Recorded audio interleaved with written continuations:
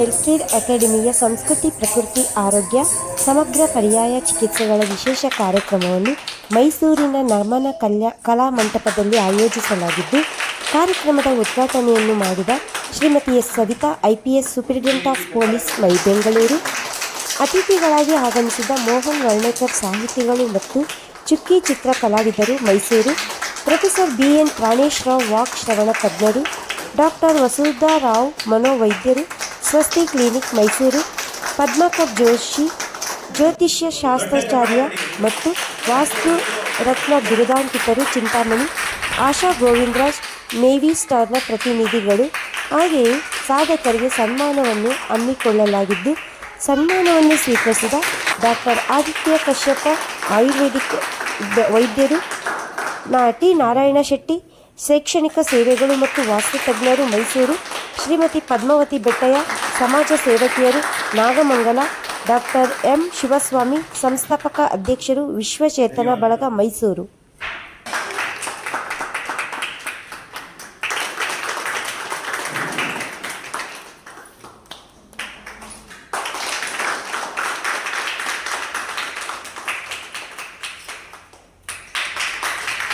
ನಾಳೆಗೆ 76 ವರ್ಷಗಳು ಆಗುತ್ತೆ.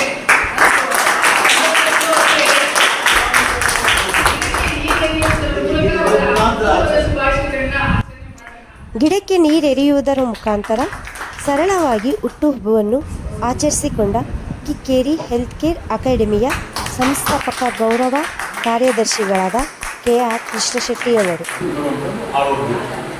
ಆರೋಗ್ಯದ ಒಂದು ಪ್ರತಿರೂಪವಾಗಿ ಕೃಷ್ಣಶೆಟ್ಟಿ ಪೂಜಿಸ್ತಾರೆ. ನನ್ನ ಮತ್ತು ಕೃಷ್ಣಶೆಟ್ಟಿಯವರ ಪರಿಚಯ ಸುಮಾರು 40-42 ವರ್ಷಗಳದ್ದು. ಹೀಗಾಗಿ ಅವರ ಪ್ರತಿಯೊಂದು ಆಗುಹೋಗುಗಳನ್ನು ನಾನು ಸಮಯ ಪಾಲನೆ, ಕಾರ್ಯಕ್ರಮ ಇಷ್ಟೊತ್ತಿಗೆ ಶುರುವಾಗಬೇಕು, ಇಷ್ಟಿಷ್ಟು ನಿಮಿಷ ನೀವು ಆಹ್ವಾನ ಪತ್ರಿಕೆ ನೋಡೋದು ಗೊತ್ತಾಗುತ್ತೆ, ನಿಮಿಷಗಳು ಲೆಕ್ಕ ಹಾಕಿಬಿಟ್ಟಿದ್ದಾರೆ.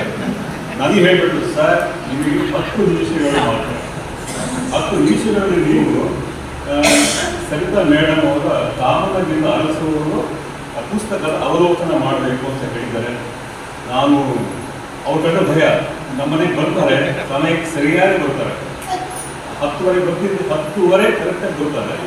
ಆಮೇಲೆ ಅವರು ಮಾತನಾಡೋದು 20 ನಿಮಿಷಗಳು ಮಾತ್ರ, 20 ನಿಮಿಷ ಆದ್ಮೇಲೆ ಬರ್ತೀನಿ ಅಂತ ಗೊತ್ತಾಗ್ತದೆ. ಆ ಸಮಯ ಪಾಲನೆ ನಾನು ಕೂಡ ಸಮಯ ಪಾಲನೆ ಮಾಡಬೇಕೇ.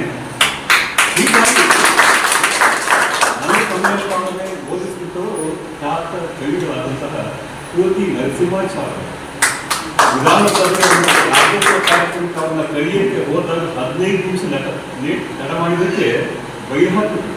ರಣೇಕರ್ 15 ಮಿನಿಟ್ಸ್ ರೆಡಿಯಾಗಿ ಕಾರು ಶ್ರೀಮತಿ ನರಸಿಂಹಾಚಾರ್ಯ. ವಿಧಾನಸಭೆ ಕಾರ್ಯಕ್ರಮಕ್ಕೆ ಅವ್ರನ್ನ ಕಲಿಯಕ್ಕೆ ಹೋದಾಗ ವರ್ಟಿಗೋ, ಶ್ರವಣ ದೋಷಕ್ಕೆ ಔಷಧ ರಹಿತ ಸರಳ ಪರಿಹಾರ. ತಾವು ಶ್ರವಣ ಚಿಕಿತ್ಸೆಯಲ್ಲಿ ಭಾರತ ದೇಶಕ್ಕೆ ಪ್ರಥಮವಾಗಿ 1968ರಲ್ಲಿ ಪದವಿ ಹೊಂದಿ ಬೆಂಗಳೂರು, ಮೈಸೂರು, ಮುಂಬೈ, ಅಹಮದಾಬಾದ್, ದೆಹಲಿ, ಬೆಲ್ಲೂರು ಅನೇಕ ಕಡೆಗಳಲ್ಲಿ ವಾಕ್ ಚಿಕಿತ್ಸೆ ಮೂಲಕ ಬುದ್ಧಿಮಾಂದ್ಯ, ಶ್ರವಣ ದೋಷ, ಸ್ಪ್ಯಾಸ್ಟಿಕ್ಸ್ ಮಕ್ಕಳಿಗೆ ಮಾತನಾಡುವಿಕೆ ಕಲಿಸಬಹುದು ಎಂಬ ಪ್ರಜ್ಞೆಯನ್ನು ವಿಶೇಷವಾಗಿ ಮಾಡಿಸಿದ್ದಾರೆ. ಒಂದು ಚಪ್ಪಾಳೆ ಕೊಡೋಣ. ಮತ್ತೆ ಸುಮಾರು 4-5 ಎಕ್ವಿಪ್ಮೆಂಟ್ಸ್ನ ಕಂಡುಹಿಡಿದಿದೆ.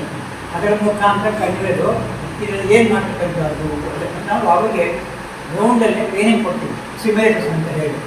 ಆ ಟ್ರೈನಿಂಗ್ ಕೊಟ್ಟಾದ್ಮೇಲೆ ಸ್ಪೇಷಲ್ ಹೋದಾಗ ಅಲ್ಲಿ ನಾವು ಹಿಡಿದಿರ್ತದೆ. ಅದಕ್ಕೋಸ್ಕರ ಆ ಇಕ್ವಿಪ್ಮೆಂಟ್ಸ್ ಎಲ್ಲ ನಾವು ನಾರ್ಮಲ್ ಪಾಪ್ಯುಲೇಷನ್ ತೊಗೊಂಡ್ಬಂದರೆ ಭಾಳ ಕಷ್ಟ, ಕೋಟ್ಯಾಂತರ ಖರ್ಚು ಆಗುತ್ತೆ.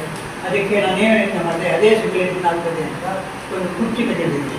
ಆ ಚೇರು ಪ್ರಾಥಮಿಕ ಹೊಡೆಯಲಾಗುತ್ತೆ, ಅಂಜಿಕ ಹೊಡೆಯಲಾಗುತ್ತೆ. ಕುರ್ಚಿ ಮೇಲೆ ಕೂರಿಸ್ತೀವಿ, ಒಂದು ಮಿನಿಟು ಹೆಡ್ ಮೂಮೆಂಟಿಂದ ಕೆಲವರಿಗೆ ಗಿಡಿನೆಸ್ ಏನಾಗುತ್ತೆ, ಮಲ್ಕೊಂಡು ಹೇಳುವಾಗ ಗಿಡಿನೆಸ್ ಬರುತ್ತೆ, ಇದು ಮೂವ್ ಮಾಡ್ತಾ ಇರಬೇಕಾದ್ರೆ ಬರುತ್ತೆ. ಕೆಲವೆಲ್ಲ ಸೇಮ್ ವಾಮಿಟಿಂಗ್ ಸೆನ್ಸೇಷನ್ ಎಲ್ಲ ಬರುತ್ತೆ. ಇವಾಗ ಏನಾಗ್ತದೆ, ಆ ಸಿಚುವೇಷನ್ ಇದ್ದಾಗ ಹೇಗೆ ಸಿಮ್ಯುಲೇಟ್ ಮಾಡೋದು ಅಂತ ಯೋಚನೆ ಮಾಡಿದೆ ನಾನು. ಆದ್ದರಿಂದ ಆ ಒಂದು ಚೇರು ನಿಮಗೆ ನೀವು ಮಲ್ಕೊಂಡು ಎದ್ದು ಮಾಡುವಾಗ ಗಿಡಿನೆಸ್ ಬರುತ್ತೆ ಅಂದರೆ ಅದಕ್ಕೆ ಆ ಚೇರ್ ಅದೇ ಪೊಸಿಷನ್ ಕೂರಿಸಿ ಚೇರ್ ರೊಟೇಟ್ ಮಾಡ್ತೀವಿ. ಮುಖ್ಯವಾಗಿರ್ತಕ್ಕಂಥದ್ದು ಇನ್ನೊಂದು ರಿಸರ್ಚ್ ಮಾಡಿದ್ದು ನಾನೇನು ಅಂದರೆ, ಡಯಾಬಿಟಿಸ್ಗೂ ನಿಮ್ಮ ಗಿಡಿನೆಸ್ಗೂ ಸಂಬಂಧ ಇಲ್ಲ, ನಿಮ್ಮ BP ಗೂ ಸಂಬಂಧ. BP divide and diabetes. So ಇದಕ್ಕೆ ಏನು ಕಾರಣ ಅಂತಂದರೆ ನಾವು ಸದ್ಯ ಸ್ಟಡಿ ಮಾಡಿದಾಗ ಈ ವೆಸ್ಟಿಬುಲರ್ ಸಿಸ್ಟಮ್ ಅಂತ ಮುಖ್ಯವಾಗಿ ಬಿಲ್ನೆಸ್ ಬರ್ತಕ್ಕಂಥ ಅದು ಕಿವಿಯಿಂದ ನಾವು ನೀವು ಏನು ಮಾಡ್ತಾರೆ, ನೀವು CCD ಮಾಡಿಸಿ, ಸ್ಕ್ಯಾನ್ ಮಾಡಿಸಿ, ಸ್ಕ್ಯಾನಿಂಗ್ ಮಾಡ್ತಾರೆ, ಅದು ಬೇಕಾದ್ರೆ ಅದು ಏನು ತಿಂತೀವ ಏನಿಲ್ಲ ಬರೋದು ನೀರು ಕೊಡಿದ್ದೀವಿ. ಹೌದಾ? ನಮ್ಗೆ ಬೇಕಾಗಿರೋದು ಏನು ಅವಾಗ ನಮ್ಮ ಶರೀರ ಕೇಳುತ್ತೆ, ಇದು ಬಾಡಿ ಲ್ಯಾಂಗ್ವೇಜ್. ನಮಗೆ ಸಂತೋಷ ಸಮಾಧಾನ ಬೇಕು, ಇನ್ನೇನು ಬೇಕಾಗಿಲ್ಲ. ಹಾಗೆ ನಮ್ಮ ಪ್ರಾಣೇಶ್ವರ ಅವ್ರಿಗೆ ನಮ್ಮ ಆರೋಗ್ಯ ನಮ್ಮ ಕೈಯಲ್ಲಿ ಇಟ್ಕೊಳ್ಳೋಕ್ಕೆ ಪ್ರಯತ್ನ ಮಾಡೋದು ಒಂದು ಒಳ್ಳೆ ಭಗವಂತನಿಗೆ ಬಿಟ್ಟು ಅಂದರೆ ಅಷ್ಟೇ. ಕಡೆಗೆ ಕರ್ಮದ ಪಾಯಿಂಟ್ಗೆ ಹೋಗಬೇಕಾಗಿದೆ, ಅದನ್ನೇ ಹೆಚ್ಚಿಗೆ ಹೋಗಲ್ಲ. ನಾನು ಹೇಳಿದಾಗೆ ಸಿಂಪ್ಟಮ್ಸ್ನೆಲ್ಲ ನೀವು ದಯವಿಟ್ಟು ಪರಿಗಣಿಸಬೇಡಿ.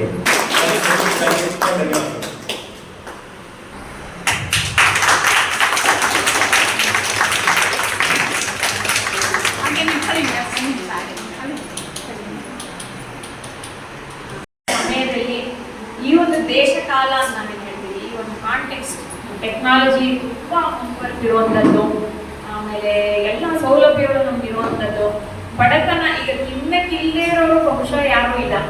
ಈಗ ತುಂಬ ಬಡವರು ಕೂಡ ಸಂಜೆ ಆದಾಗ ಇಲ್ಲಿ ಹೋಗಿ ಇಲ್ಲಿ ರಾಮಕೃಷ್ಣ ಸರ್ಕಲ್ ಅಲ್ಲಿ ಗೋಬಿ ಮಂಚೂರಿಯನ್ ಆದ್ರೂ ತಿನ್ಕೊಂಡು ಬರ್ತಾರೆ. ಆ ಥರ ಸಮಯಕ್ಕೆ ನಾವು ಬಂದಿದ್ದೀವಿ.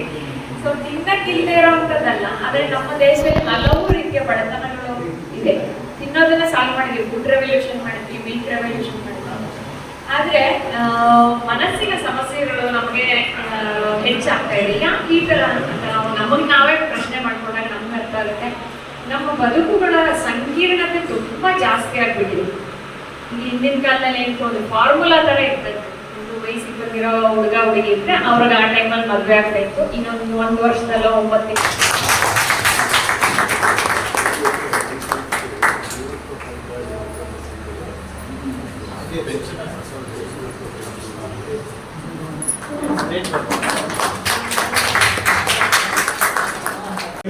ಕಮಿಷನ್ ಆಫೀಸಲ್ಲಿ ಬಹುಶಃ ಎಷ್ಟು ಪ್ರಾಮಾಣಿಕರ ಕೆಲಸ ಮಾಡ್ತಾರೆ ಅಂದರೆ, ನಮಗೆ ಈಗ ಲೈವ್ ಎಕ್ಸಾಂಪಲ್ಗಳಾಗಿರುವಂಥ ಶ್ರೀಮತಿ ಸವಿತಾ ಮೇಡಮ್ ಆಗಲಿ, ಶ್ರೀಯುತ ಚಿಕ್ಕಲಿಂಗ ಸ್ವಾಮಿ ಅವರಾಗಲಿ, ಶ್ರೀಯುತ ಉಮಾಕಾಂತ್ ಅವರಾಗಲಿ ನಮಗೆ ಒಳ್ಳೆ ಜೀವಂತ ಉದಾಹರಣೆಗಳಾಗಿದ್ದಾರೆ.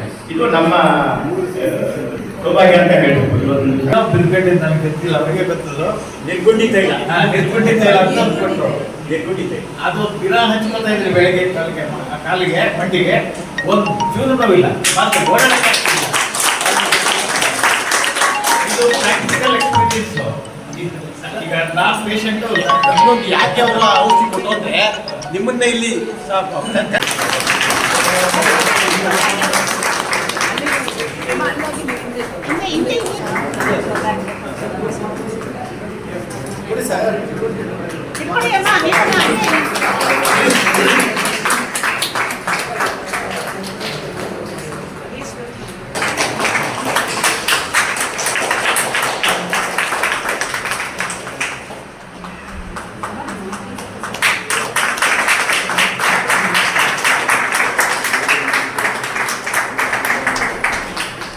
ಆಹಾರ ಮತ್ತು ನಿದ್ರೆ ನಮ್ಮ ತ್ರಯೋಗ ಸ್ತಂಭಗಳು ಅಂತ ಹೇಳ್ತಾರೆ. ಬ್ರಹ್ಮಚರ್ಯ, ಆಹಾರ, ನಿದ್ರೆ ಈ 3 ಮುಖ್ಯವಾದಂಥದ್ದು. ಅದರಲ್ಲಿ ಆಹಾರನ ಯಾವಾಗ ಎಷ್ಟು ಬೇಕು, ಎಲ್ಲೆಲ್ಲಿ ಅಷ್ಟನ್ನ ಕರೆಕ್ಟ್ ಆಗಿ ತಗೊಳ್ತಾರೆ. ಯಾರಿಗೆ ಎಷ್ಟು ಬೇಕು, ಈಗ ಸರ್ ಹೇಳಿದಾಗ ಈಗ ನನಗೆ ಸಿಗುವಂತ ಆಹಾರ ಜಾಸ್ತಿ ಇರುತ್ತೆ, ಇನ್ನೊಬ್ಬರಿಗೆ ಅವ್ರಿಗೆ ಬೇಕಾಗಿರೋ ಆಹಾರ ಕಮ್ಮಿ ಇರ್ಬೋದು. ಅವರ ಬಾಡಿಗಾಗ್ಲಿ ಅಥವಾ ಅವ್ರ ವೆಯ್ಟ್ಗಾಗ್ಲಿ ಸಂಬಂಧವೇ ಇಲ್ಲ, ಅದು ಅವರವರ ವೈಯಕ್ತಿಕವಾಗೇ ಇರುತ್ತೆ. ಮೇಡಮ್ ಹೇಳಿದಾಗ ಇದು ನಮ್ದು ರೋಗ ಚಿಕಿತ್ಸೆ ಅಲ್ಲ, ಇದು ರೋಗಿಗೆ ಚಿಕಿತ್ಸೆಯನ್ನು ಕೊಡುವಂಥದ್ದು. ಆಯುರ್ವೇದದ ಮುಖ್ಯ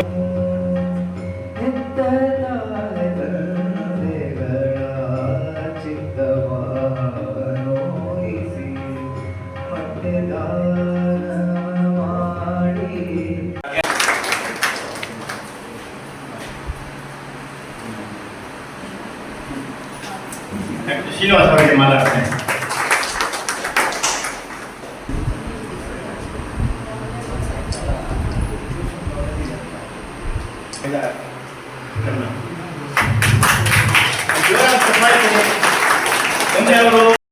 ನಕ್ಷತ್ರ ತುಲಾ ರಾಶಿ. ನಾವು ಏನೋ ಇದು ತಪ್ಸಕ್ಕಾಗಲ್ಲ ನೋಡಿ, ಜನ್ಮ ಮೃತ್ಯು ಜಡವ್ಯಾಧಿ ಯಾರಿಂದಲೂ ತಪ್ಸಕ್ಕಾಗಲ್ಲ. ಆದ್ರೆ ನಾವು ಆರೋಗ್ಯಕರ ಜೀವನ ಶೈಲಿಯನ್ನು ರೂಢಿಸಿಕೊಂಡ್ರೆ ನಾವು ಅದನ್ನು ತಡಿಬಹುದು, ಮುಂದೆ ಹಾಕ್ಬೋದು. ಅದು ಒಂದು ಇದಕ್ಕೆ ನಕ್ಷತ್ರ ನಮಸ್ಕಾರ ಹೇಳಬೇಕು ಹೇಳಿ. ಎಲ್ಲರಿಗೂ ನಮಸ್ಕಾರ. ನಾವು ಆರೋಗ್ಯವಾಗಿದ್ದೇನೆ. ನಾನು ಆರೋಗ್ಯವಾಗಿದ್ದೇನೆ. ನಾನು ಆರೋಗ್ಯವಾಗಿದ್ದೇನೆ. ನಾನು ಆರೋಗ್ಯವಾಗಿದ್ದೇನೆ. ನಮ್ಮ ಸಬ್ಕಾನ್ಷಿಯಸ್ ಮೈಂಡ್ಗೆ ರೆಕಾರ್ಡ್ ಮಾಡ್ತೀವಿ. It is like a child. Whatever you say it takes literally it record ಮಾಡ್ಕೊಂಡ್ಬಿಡುತ್ತೆ. ಯಾರಿಗಾದ್ರೂ ಯಾವ್ದಾದ್ರು ಒಂದ್ಸಲ ಎಣ್ಣೆಣ್ಣೆ ಹಾಕಿ ಹರಳೆಣ್ಣೆ ಹಾಕಿ ಇದು ಮೋಷನ್ ಮಾಡಿಸ್ತಾ ಇದ್ರು. ಆದ್ರೆ ನಮ್ಮ ಹಿರಿಯೇನ್ ಹೇಳುತ್ತೆ ಅಂದ್ರೆ ನಮ್ಮ ಸ್ಯಾನ್ಸ್ಕ್ರಿಟ್ ಅಲ್ಲಿ ಏನ್ ಹೇಳ್ತಾರೆ, ಲಂಘನಂ ಪರಮೌಷಧಂ ಅಂತ ಹೇಳ್ತಾರೆ. ಅಂದ್ರೆ ಉಪವಾಸವನ್ನ ಮಾಡಿ ಅವಾಗ ನಿಮಗೆ ನಿಮ್ಮ ಬಾಡಿ ನೀವೇನ್ ತಗೊಂಡಿದ್ದೀರೋ ಒಂದು ಹೊತ್ತು ಉಪವಾಸ ಕೊಟ್ಟಾಗ ನಿಮ್ಮ ಬಾಡಿನಲ್ಲಿರೋ ಅಂತ ಆರ್ಗನ್ನ ಅದೇ ರಿಪೇರಿ ಮಾಡ್ಕೊಳ್ಳುತ್ತೆ. ಇವಾಗ ನಾವು ಒಂದು ಗಾಯ ಆಗಿದ್ರೆ ಒಂದು ಅರಿಶಿನ ಆಗ್ಲಿ ಏನೋ ಒಂದು ಹಚ್ತಾ ಇದ್ವಿ ಮೊದಲು ಕಾಲದಲ್ಲಿ. ಇವಾಗ ಯಾರಾದ್ರೂ ಅರಿಶಿನ ಹಚ್ತೀವ? ಹಚ್ಚಲ್ಲ. ಫಸ್ಟ್ ಡಾಕ್ಟರ್ ಹತ್ರ ಹೋಗ್ತೀವಿ. ಆ ಡಾಕ್ಟರ್ ಕೊಡುತ್ತೆ ಗೊತ್ತೇ.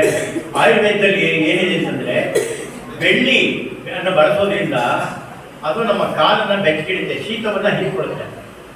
ಇವಾಗ ಅದೇ ಚಿನ್ನವನ್ನು ಬಳಸಿದಾಗ ಏನಾಗುತ್ತೆ, ವ್ಯತಿರಿಕ್ತ ಆಗುತ್ತೆ. ಕೈಕಾಲು ತಣ್ಣಗಾದ್ರೆ ಏನ್ ಮಾಡ್ತೀವಿ, ಏನ್ ಹೇಳ್ತೀವಿ? ಕೈಕಾಲು ತಣ್ಣಗಾದ್ರೆ ಏನ್ ಹೇಳ್ತೀವಿ? ಲೋ ಬಿ ಒಂದ್ ಕಡೆ, ಹಾ ಗೊತ್ತೈತೆ, ಪ್ರಾಣ ಸಂಕಟ. ಅದಕ್ಕೋಸ್ಕರ ಹಿಂದಿನವರದೆಲ್ಲ ಮೂಢನಂಬಿಕೆ ಅಲ್ಲ, ಅದನ್ನ ಎಲ್ಲ ತಿಳ್ಕೊಂಡೇ ಮಾಡಿದ್ದಾರೆ. ಆಯುರ್ವೇದದಲ್ಲಿ ಕೂಡ ಅದರ ಉಲ್ಲೇಖ ಇದೆ. ಅದರಿಂದಾಗಿ ನಾವು ಬೆಳ್ಳಿ ಏನ್ ಬಳಸ್ತೀವಿ, ಬೆಳ್ಳಿನೇ ಬಳಸಬೇಕು. ದುಡ್ಡು ಜಾಸ್ತಿ ಇದೆ ಅಂತ ಚಿನ್ನದ ಬಳಸಿದ್ರೆ ಅದರಿಂದ ಪ್ರಯೋಜನ ಆಗಲ್ಲ. ಅದಕ್ಕೆ ತಲೆ ಭಾಗ ಇದು ತಣ್ಣಗೆ, ತಲೆ ಭಾಗ ತಣ್ಣಗಿರ್ಬೇಕು, ಗೊತ್ತಾಯ್ತೆ. ಪಾದಗಳು ಯಾವಾಗಲೂ ಬಿಸಿಯಾಗಿರ್ಬೇಕು. ಪಾದ ತಣ್ಣಗಾದ್ರೆ ಎಲ್ಲ ತಿಕ್ತಾರೆ ಅಲ್ವೇ, ಹಾಗೆ ಹೊಟ್ಟೆ ಭಾಗ ಸಂಶೀತೋಷ್ಣವಾಗಿರ್ಬೇಕು. ಈ ರೀತಿ ಥೈರಾಯ್ಡ್, ಮೇಡಮ್ ಅವರು ಥೈರಾಯ್ಡ್ ಬಗ್ಗೆ ಒಂದು ಮೆಡಿಸಿನ್ ಅವರ ಕಂಪ್ನಿನಲ್ಲಿ ಸಿಗುತ್ತೆ. ನಾನು ಇದುವರೆಗೆ ಥೈರಾಯ್ಡಲ್ಲಿ ಸರಸ್ವತಿಪುರಂ ಕಾಮಾಕ್ಷಿ ಆಸ್ಪತ್ರೆಯಲ್ಲಿ ಶಾಂಬಲಾ ಅಂತ ಒಬ್ಬರು ನರ್ಸಿ ಕೆಲಸ ಮಾಡ್ತಾರೆ. ಯಾರದೇ ಮನೆಯಲ್ಲಿ ಏಜ್ ಆಗಿರೋರು ಅವ್ರು ನೋಡ್ಕೊಳ್ಳೋಕೆ ಯಾರು ಆಗದೆ ಇದ್ದರೆ ಅವ್ರು ಬಂದು ನೋಡ್ಕೊತಾರೆ, ಹಾಸ್ಪಿಟಲಿಟಿ ಕೆಲಸ ಮಾಡ್ತಾರೆ. ಮತ್ತು ತೀರಾ ಬಡವರಾಗಿದ್ದರೆ ಫ್ರೀ ಸರ್ವಿಸ್ ಮಾಡ್ಕೊಡ್ತಾರೆ. ಹೆಚ್ಚಿನ ಮಾಹಿತಿ ಬೇಕಾದರೆ ನಮ್ಮ ಕೃಷಿ ಸೆಂಟರ್ ಫೋನ್ ನಂಬರ್ ಮಾಡಿ ಕೊಡ್ತೀವಿ.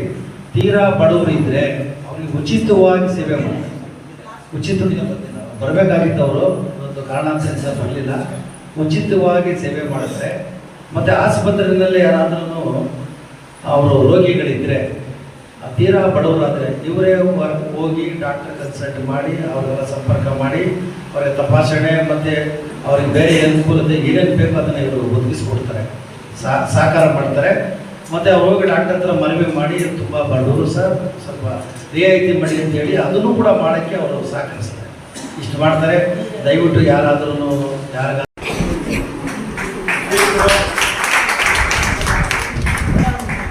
ರಮೇಶ್ ಅವರು KMF ಅಲ್ಲಿ ಕೆಲಸ ಮಾಡ್ತಿದ್ರು. ಇವರು ಭೀಮನ್ ಪಾತ್ರ, ರಾವಣನ ಪಾತ್ರ ನೋಡಿದ್ರೆ ಗೊತ್ತಾಗುತ್ತೆ. ಮಾಡಿದ್ದಾರೆ. ಜೊತೆಗೆ ಈಗಲೂ ಕರಕ್ಕೆ ಹಾಡುಗಳು ಬೊಂಬಾಟ್ ಕರಕ್ಕೆ ಹಾಡುಗಳು ಹಾಡ್ತಾರೆ. ಧನ್ಯವಾದಗಳು.